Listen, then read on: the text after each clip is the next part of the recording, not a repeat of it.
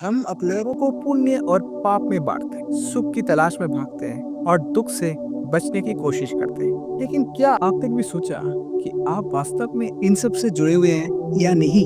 क्या सच में मोक्ष पाने के लिए मंत्र, तीर्थ या अनुष्ठान की जरूरत है, या फिर आप पहले से ही मुक्त हैं? आदि शंकराचार्य हमें एक और झटका देते हैं और निर्वाण शतकम के इस श्लोक में एक नया सत्य को प्रकट करते हैं। न पुण्यम न पापम न सुखम न दुखम न मंत्रो न तीर्थम न वेद न यज्ञ अहम भोजनम नैव भोज्यम न भोक्ता चिदानंद रूप शिवोहम शिवो।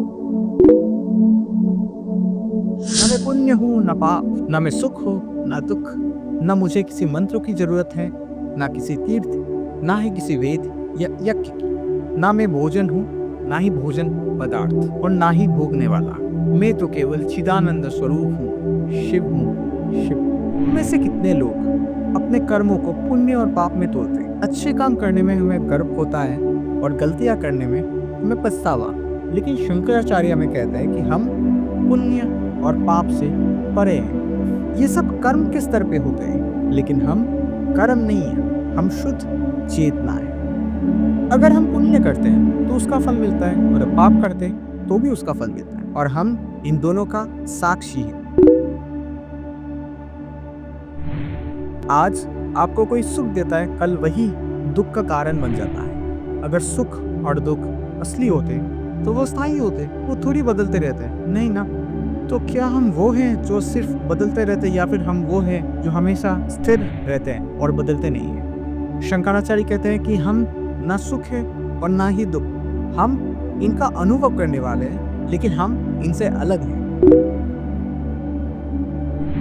हमें मोक्ष पाने के लिए मंत्र, तीर्थ, यज्ञ की आवश्यकता है? शंकराचार्य कहते हैं बिल्कुल नहीं। ये सब साधन है, लेकिन अंतिम सत्य नहीं। ध्यान दीजिए, अगर हम पहले से ही मुक्त हैं तो हमें मुक्त होने के लिए कोई साधना की जरूरत थोड़ी है। और अगर हम कुछ करने जा रहे हैं, कुछ साधना कर रहे हैं, तो इसका मतलब ये है कि हम अभी भी सोचते हैं कि हम मुक्त नहीं है, हमें मुक्त होना पड़ेगा। लेकिन सत्य तो ये है कि हम ऑलरेडी मुक्त हैं। ये बस विश्वास अपने अंदर गहरे में उतरना चाहिए, और जब ये विश्वास उतर जाएगा तब आप ऑलरेडी मुक्त हो जाएंगे, क्योंकि सच में आप मुक्त ही हैं। जब हम खाना खाते हैं तो भोजन और खाने वाला अलग अलग लगता है, लेकिन असल में दोनों क्या है?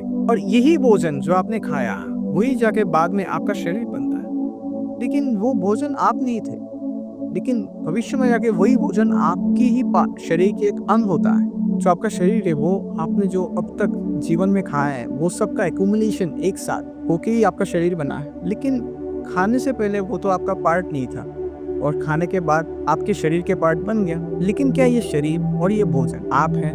नहीं। शंकराचार्य कहे ये नहीं, आप ना ये शरीर है, ना भोजन है, और ना ही भोजन को खाने वाला है। आप इन दोनों से परे हैं, और आप इन दोनों के साक्षी हैं।